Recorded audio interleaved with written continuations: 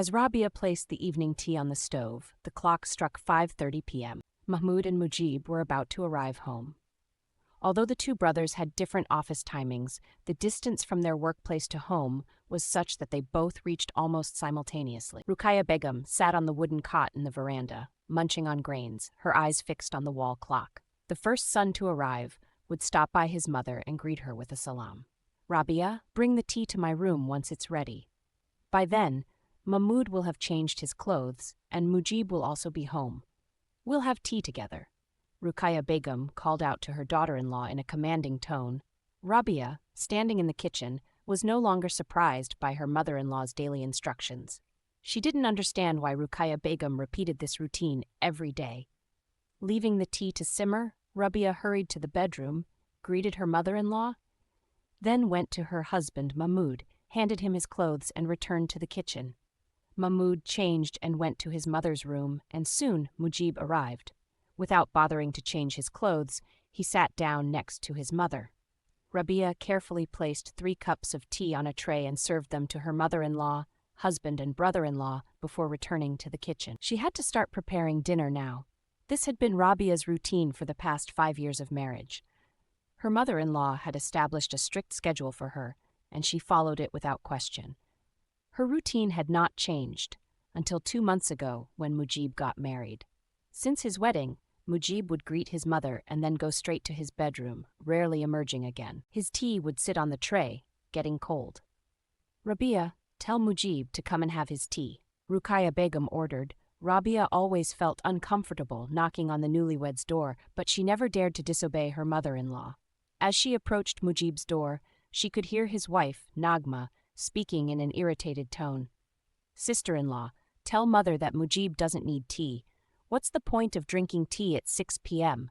It kills his appetite, and then he's forced to eat dinner without feeling hungry." Nagma snapped from inside. Rabia was about to turn back when Mujib quickly opened the door. "Wait, sister-in-law, don't tell mother anything. I'm coming," he said, looking concerned. "Are you afraid of mother?" Nagma teased in a mocking tone. Rabia walked away, unwilling to witness the argument. A little later, Mujib went to his mother's room, but instead of just having tea, he started arguing with her. "There isn't a single moment of peace in this house.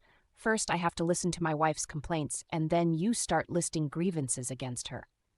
Did Nagma say something so terrible that you had to make a whole issue out of it?" he asked, frustrated.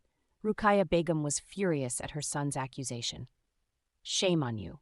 How dare you call your mother a troublemaker? You ungrateful child," she shouted. She then turned her anger toward Nagma. "Don't say a word against Nagma, mother. Do you think I don't know your habits? When I was unemployed and stayed at home, I heard the way you exaggerated small matters in front of my brother.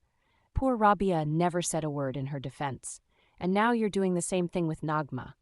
But I'm not like Mahmoud. I won't be misled so easily," Mujib retorted. Ruqayya Begum's face turned red with anger. "Don't you dare compare your wife to my Rabia. My Rabia is so obedient that she has never once spoken back to me. She isn't like your sharp-tongued wife," she declared. The heated argument continued, and throughout the house, only 2 people remained silent, Mahmoud and Rabia. Mahmoud had a tired smile on his face as he recalled the injustices Rabia had endured.